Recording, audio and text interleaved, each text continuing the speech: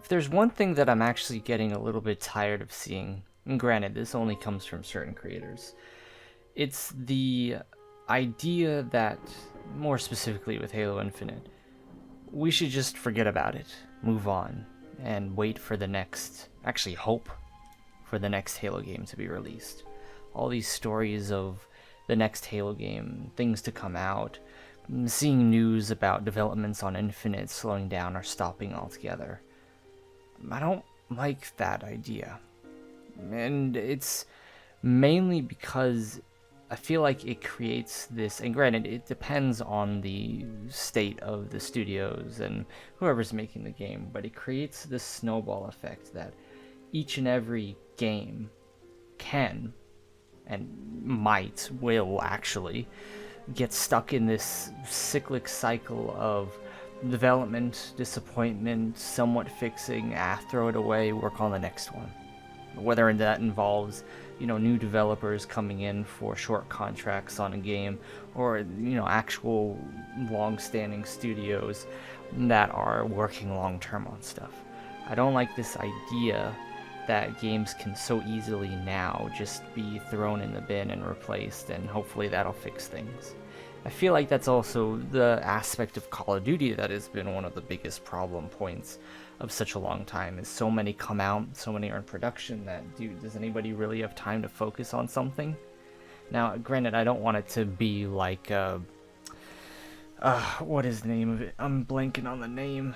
Skull and Bones. I've seen updates and videos and seen how that game has changed and in a lot of public ways been vocally disappointing. But that's also due to studio issues and game making issues and changes in leadership. But still, beyond all that, if a game isn't given enough time, whether it's a big studio or a small studio, why is it passable to think that, if they make the next one fine, it's good? In the current moment, I'm playing games. If the game that I'm playing I want developed into a better way, which, anything is possible really, depending on who's in charge, why shouldn't I want that over wanting another game? Whether it's a part of Game Pass or not, because I have games in Game Pass, so I don't obviously pay for individual games, but still, the same thing applies. And whether a game is for profit in the way of charging microtransactions, or if it's a small studio game like Lethal Company, still, you want it to be quality. Even if just to a certain degree, you want that quality.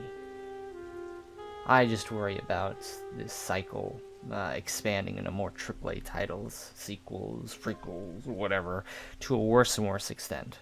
And it kind of already has.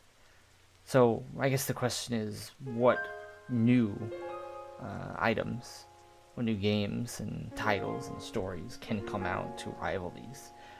Similar to what I maybe mentioned before in a previous video a while ago, it seems like indie games are becoming the new popular thing because the studios actually care and can build good games.